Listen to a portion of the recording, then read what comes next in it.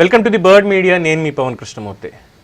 Liquor scam of ఆంధ్రప్రదేశ్లో కీలకంగా ఉన్నటువంటి చంద్రగిరి మాజీ ఎమ్మెల్యే చెవిరెడ్డి భాస్కర్ రెడ్డి గారు జైలు ముందు అంటే కోర్టుకు తీసుకెళ్లాల్సినటువంటి సమయంలో మీడియా ముందుకు వచ్చి ఎంత డ్రామాలు చేస్తారనేది అందరికీ తెలిసిందే. ముఖ్యంగా నాకు అసలు జీవితంలో మద్యం అంటేనే తెలియదు, నేను మద్యం వ్యాపారంలో ఉండేటువంటి, నేను స్వామివారిని నమ్ముకున్నటువంటి వ్యక్తిని, మద్యం అంటేనే దూరంగా ఉండేటువంటి వ్యక్తిని, నాకు కనీసం ఈ ఒక్కప్పుడు అలవాటు కూడా నాకు లేదు అంటూ మాట్లాడడం, ఆవేశపడిపోవడం, పోలీసులకి సిట్ ఆఫీస్ ముందే ఇల్లు కట్టుకుంటా ఇక్కడే కాపురం పెడతా, ఏం చేస్తారో చేసుకోండి అంటూ బెదిరింపులు.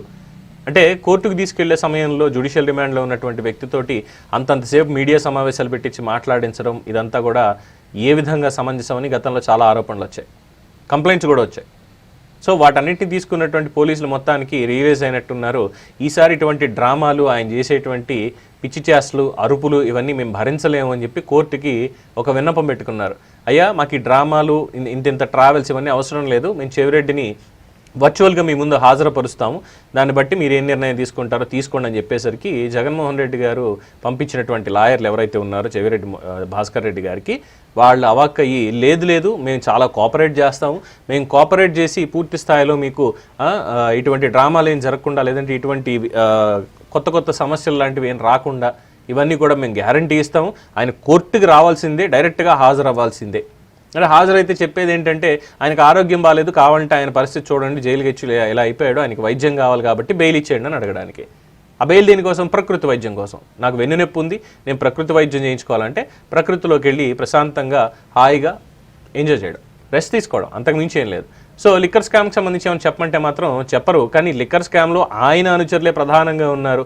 ఎవరైతే వెంకటేష్ నాయుడు అనేటువంటి వ్యక్తిని అరెస్ట్ చేశారో, అదే 11 కోట్లు పట్టుబడినప్పుడు కానీ, ఆ 11 కోట్లలో 35 కోట్లు అవ్వడం, లెక్క పెట్టినటువంటి వీడియోలు బయటకు వచ్చాయి కదా, అవి కానీ, తర్వాత రాజకేశ్ రెడ్డి, వీళ్ళందరికీ సంబంధించి, అలాగే అతని అనుచరులు ఇంకా ఎవరైతే ఉన్నారో వాళ్ళు కానీ, వీళ్ళందరూ బయటకు వచ్చిన తర్వాత వాస్తవంగా ఏం జరుగుతోంది, మనీ ట్రయల్ కూడా ఎక్కడ దాకా వెళ్ళింది అనేది సిట్ వాళ్ళు చాలా డీప్గా వెళ్ళి మరీ చెక్ చేసుకుంటూ వస్తున్నారు. అది ఎక్కడ దాకా వెళ్ళిందంటే జగన్మోహన్ రెడ్డి గారి సతీమణి భారతిరెడ్డి గారి దాకా వెళ్ళింది. అక్కడి నుంచి మాట్లాడితే తెలంగాణలో ఉన్నటువంటి వాళ్ళకి కూడా ఇది వెళ్ళింది. చాలా పెద్ద కన్స్ట్రక్షన్ హౌసెస్ కూడా ఇది పాకింది.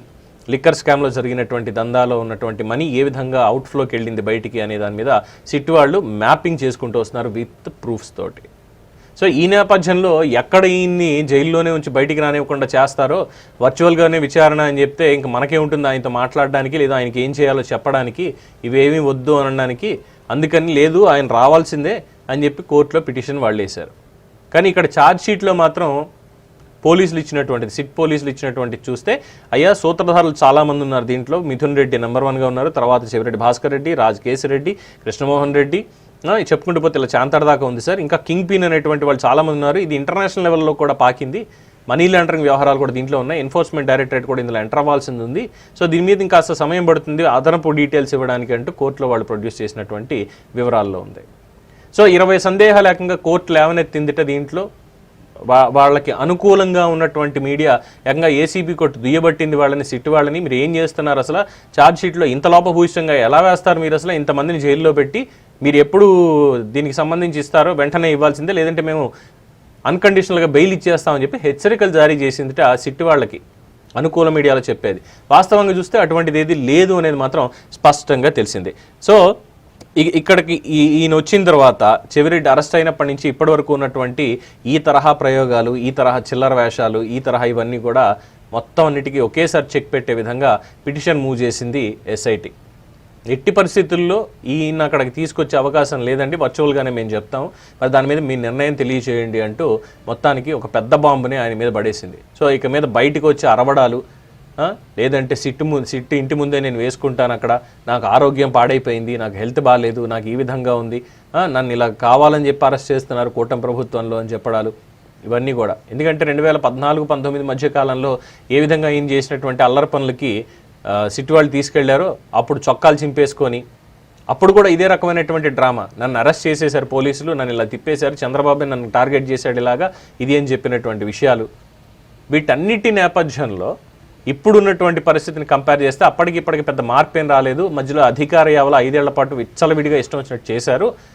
దాని పాప ఫలితాన్ని ఇప్పుడు అనుభవిస్తున్నాం. పశ్చాత్తాపం అనేది వస్తుందనుకుంటే ఆ పశ్చాత్తాపం లేకుండా ఇంకా ఎగిరిగిరి పడాలన్నటువంటి ప్రయత్నాలే కనిపిస్తున్నాయి తప్ప బయట వాస్తవాలు ఏవి బయటికి వాళ్ళకి రుచించట్లేదు.